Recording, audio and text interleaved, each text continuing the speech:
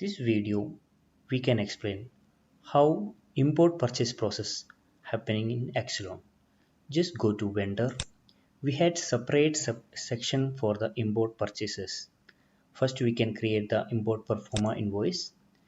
Document ID and voucher number system will automatically give you. You can select the supplier which you want to send the performa invoice, and you can just enter the items which you want to purchase.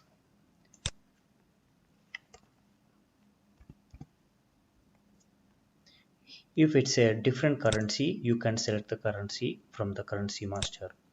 If you want to change any current exchange rate or something, you can change it. After this, you can just go to purchase order. Here either you can enter directly or you can call it from the performa invoice. Once the items is landing to the shipment, you can enter the bill of lading. This here also you can just call from the purchase order. What all the purchase order which you entered, it will come up over here. Here you can enter the actual date, expected date, source port, destination port, transporter, clearing agent, all these details. After that, you can prepare the packing list based on the POL. Either you can directly prepare from the purchase order.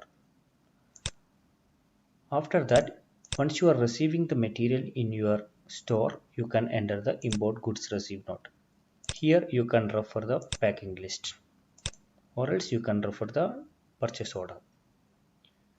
After this, once the supplier invoice received, you can prepare the purchase invoice based on the goods received note. If any additional expenses came, you can enter it here for calculating the average cost of that item. Throughout this transaction, system will take the same currency.